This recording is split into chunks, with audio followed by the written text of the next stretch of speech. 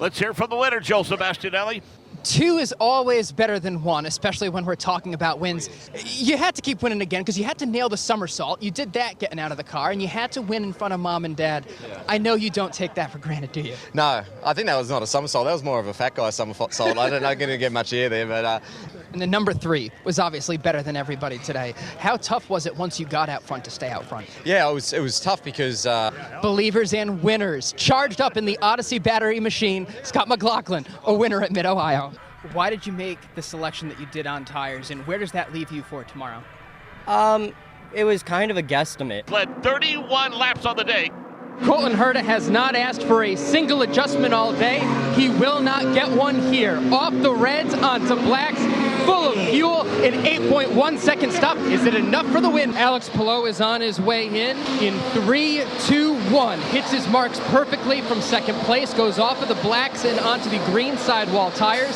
His last lap, he was told to push hard. It was his fastest lap of the race. Colton Herta makes his first pit stop. He's off of the reds. Oh, they're holding him for fuel. This is a rather long stop. They're having an issue with the fuel. I don't think they're able to get it in. The time's slipping away, and I don't think the fuel is slipping into the car.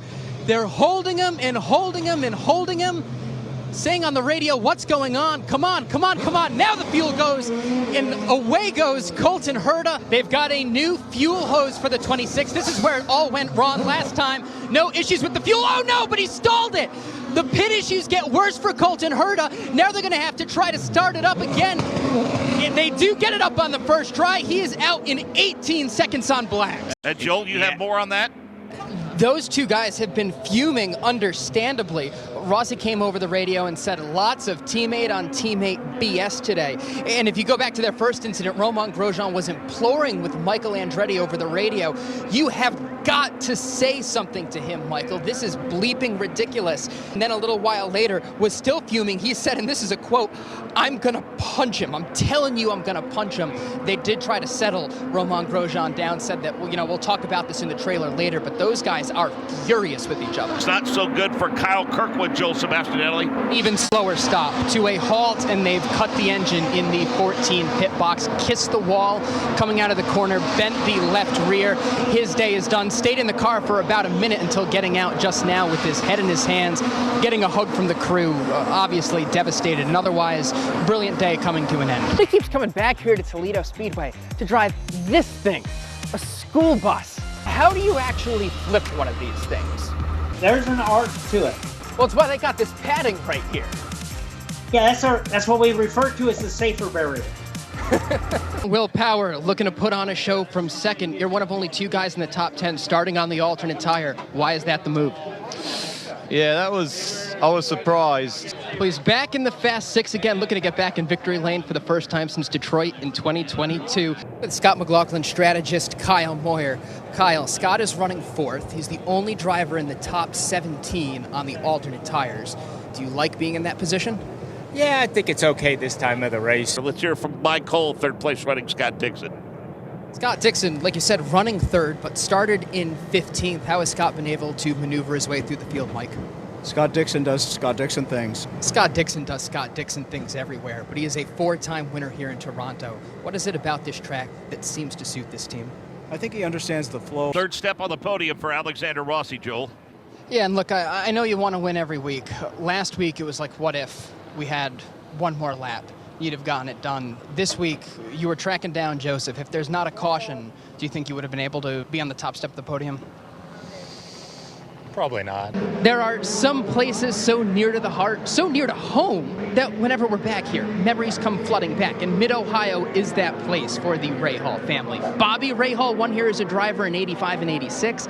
This is his team's 27th start. His son Graham won here in 2015, and the new Albany native starts 2nd today. Not only are memories flooding back, their performance is back. All 3 team cars qualified inside the top 12. Graham's box is in front of me, about 10 stalls up pit pit lane. He will lead the charge with his best starting position in 4 years, looking for his first win since Detroit in 2017. Scott Dixon's journey as an Indy legend and a winner began at Nazareth in 2001. It continues today with number 53, passing Mario Andretti.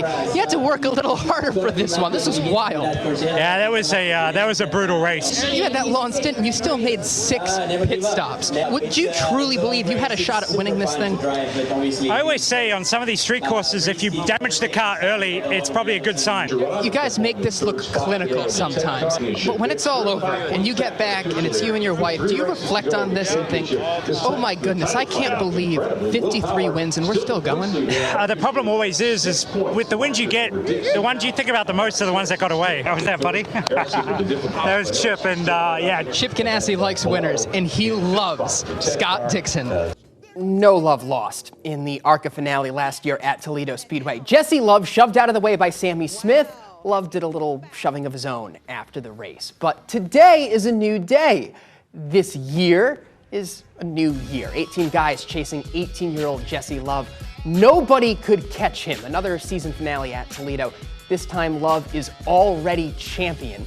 No doubt about who the most popular driver is. Malcolm in the Middle star Frankie Muniz had that sewed up long ago. The line out the track for autographs before the Shore Lunch 200. 200 laps, Love leads the field to green in front of a full house.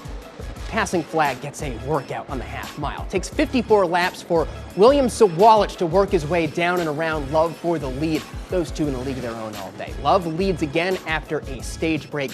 Lap 165, Sawalich with the bump and run down the backstretch, back out front. They lead every lap. Sawalich leads the one that matters most. 4th win of the season for the 17-year-old from Minnesota.